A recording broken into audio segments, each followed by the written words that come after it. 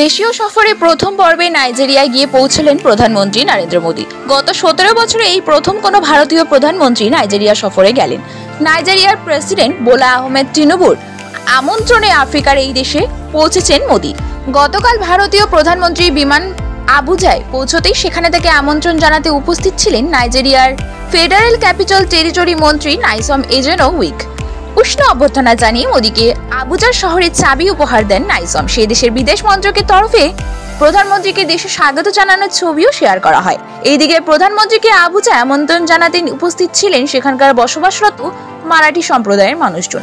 মারাঠি ভাষাকে ধ্রুপদ ভাষার তকমা দেওয়ার জন্য প্রধানমন্ত্রী মোদীকে ধন্যবাদ জানানো হয় তাদের তরফ থেকে।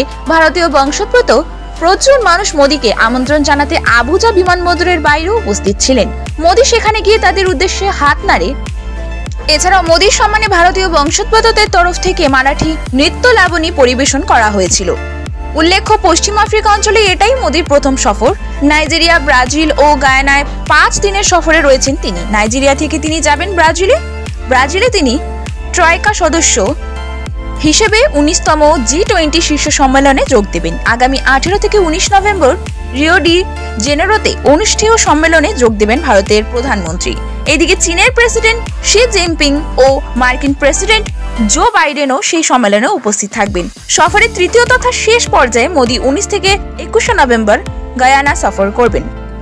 গত 50 বছরে এই প্রথম কোনো ভারতীয় প্রধানমন্ত্রী গায়ানা সফরে যাচ্ছেন।